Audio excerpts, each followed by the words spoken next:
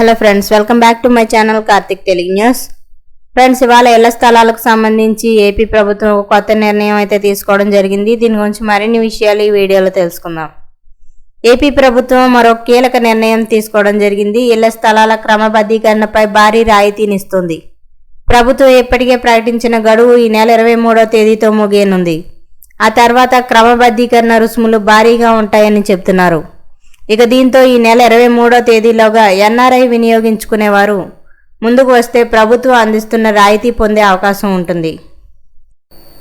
AP సర్కార్ ప్రకటించిన LRS ఈ నెల 23తో ముగియనుంది. ఇప్పటిదాకా ఏపీ వ్యాప్తంగా ఈ స్కీమ్ కింద 52,000కు పైగా దరఖాస్తులు వచ్చినట్లు సమాచారం అందింది.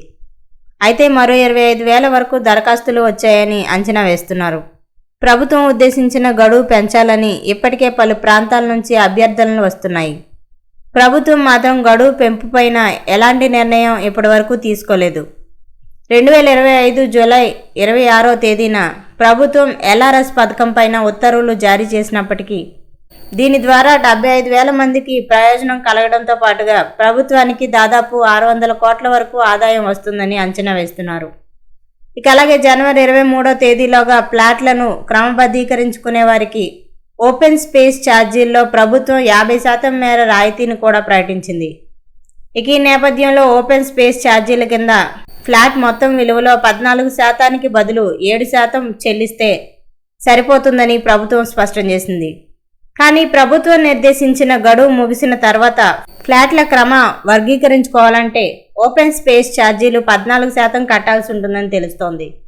అయితే సబ్ రిజిస్టర్ కార్యాలయంలో విలువల ఆధారంగా ఆ రోజు చెల్లింపులు చెల్లించాలి. ఛార్జీలు ఇతర రుసుముల మొత్తం పైన మళ్ళీ అపరాధ రుసుములు భరించాల్సి ఉంటుంది. సో ఫ్రెండ్స్, ఇది అప్డేట్ న్యూస్. మరిన్ని అప్డేట్స్ కోసం ఛానల్ సబ్స్క్రైబ్ చేసుకోండి ఫ్రెండ్స్. అలాగే పక్కన ఉన్న బెల్ ఐకాన్ క్లిక్ చేసి వీలైతే ఛానల్కు లైక్ అయితే చేయండి. Thank you friends. Thanks for watching this video.